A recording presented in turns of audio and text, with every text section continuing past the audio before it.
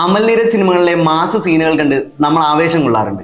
എന്നാൽ വർഷങ്ങൾക്ക് മുമ്പ് 80കളിലും 90കളിലും ഒരു തലമുറയെ തന്നെ ആവേശം കൊള്ളിച്ച ഒരു സംവിധായകനുണ്ട് മലയാളത്തിൽ. ഇന്നത്തെ പിറന്നാളുകാരൻ മറ്റാരുമല്ല, സംവിധായകൻ ജോഷിയാണ്. 1952 ജൂലൈ 18 തിരുവനന്തപുരത്തെ വർക്കലയിലാണ് ജോഷി ജനിച്ചത്. സിനിമകളും നാടകങ്ങളും എല്ലാം കളിക്കുന്ന ഒരു തിയേറ്റർ ഉടമയായിരുന്നു ജോഷിയുടെ പിതാവ്.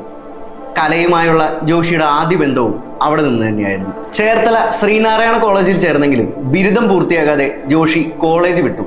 പകരം സിനിമയിൽ നേരിട്ട് അവസരം തേടുകയായിരുന്നു ആ 20കാരൻ ചെയ്തത്.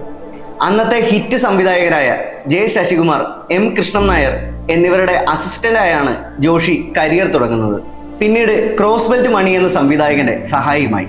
1978 പുറത്തിറങ്ങിയ ടൈഗർ സലീം എന്ന ചിത്രമാണ് ജോഷിയുടെ ആദ്യ സംവിധാന സംരംഭം. അതിനുശേഷം നിരവധി ചിത്രങ്ങൾ ജോഷി സംവിധാനം ചെയ്തു.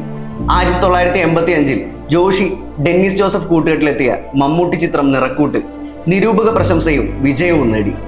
ഈ സിനിമ പിന്നീട് തമിഴിലേക്കും കന്നഡത്തിലേക്കും റീമേക്ക് ചെയ്യപ്പെട്ടു. 1987 ജോഷിയുടെ കരിയറിലെ മറ്റൊരു പ്രധാനപ്പെട്ട സിനിമ സംഭവിക്കുന്നത്, ന്യൂഡൽഹി. മമ്മൂട്ടി എന്ന നടന്റെ കരിയറിൽ തന്നെ പ്രാധാന്യമുള്ള ഒരു സിനിമയായത് മാറി. 80കളുടെ തുടക്കത്തിൽ പരാജയ ചിത്രങ്ങളിലൂടെ കടന്നുപോയിക്കൊണ്ടിരുന്ന മമ്മൂട്ടിക്ക് ഒരു വമ്പൻ തിരിച്ചുവരവായിരുന്നു ആ സിനിമ. പിന്നീട് നാടുവാഴികൾ, നായർ സാബ്, നമ്പർ 20 മദ്രാസ് മെയിൽ, ഈ തണുത്ത വെളുപ്പാങ്കാലത്ത്, കുട്ടേട്ടൻ, കൗരവർ, ധ്രുവം, സൈന്യം എന്നിങ്ങനെ മലയാളത്തിൽ മാറ്റത്തിന്റെ പുതിയ സിനിമകൾ. മമ്മൂട്ടിയെ കൂടാതെ സുരേഷ് ഗോപിക്കും ഹിറ്റ് ചിത്രങ്ങൾ ജോഷി സമ്മാനിച്ചു. ലേലം, പത്രം എന്നീ സിനിമകൾ തന്നെ അതിനുദാഹരണം. ആനക്കാട്ടിൽ ഈപ്പച്ചൻ, മുള്ളംകൊല്ലി വേലായുധൻ, വാളയാർ പരമശിവം എന്നീ കൾട്ട് കഥാപാത്രങ്ങളിലൂടെ ജോഷി ചിത്രങ്ങൾ ജനങ്ങളെ കോരിത്തരിപ്പിച്ചു. ലോക സിനിമയിൽ തന്നെ അപൂർവമായി സംഭവിക്കുന്ന, ഒരു ഇൻഡസ്ട്രിയിലെ പ്രധാന താരങ്ങളെല്ലാം ഒരുമിച്ച് അഭിനയിക്കുന്ന മലയാളത്തിന്റെ സ്വന്തം 2020 എന്ന സിനിമ സംവിധാനം ചെയ്യാൻ തിരഞ്ഞെടുക്കപ്പെട്ടതും ജോഷി എന്ന സംവിധായകൻ തന്നെ.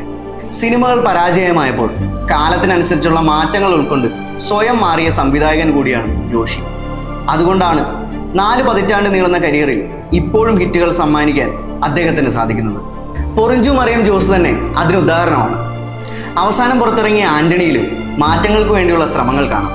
നിങ്ങൾക്കിഷ്ടമുള്ള ജോഷി ചിത്രങ്ങളും കഥാപാത്രങ്ങളും കമന്റ് ചെയ്യും.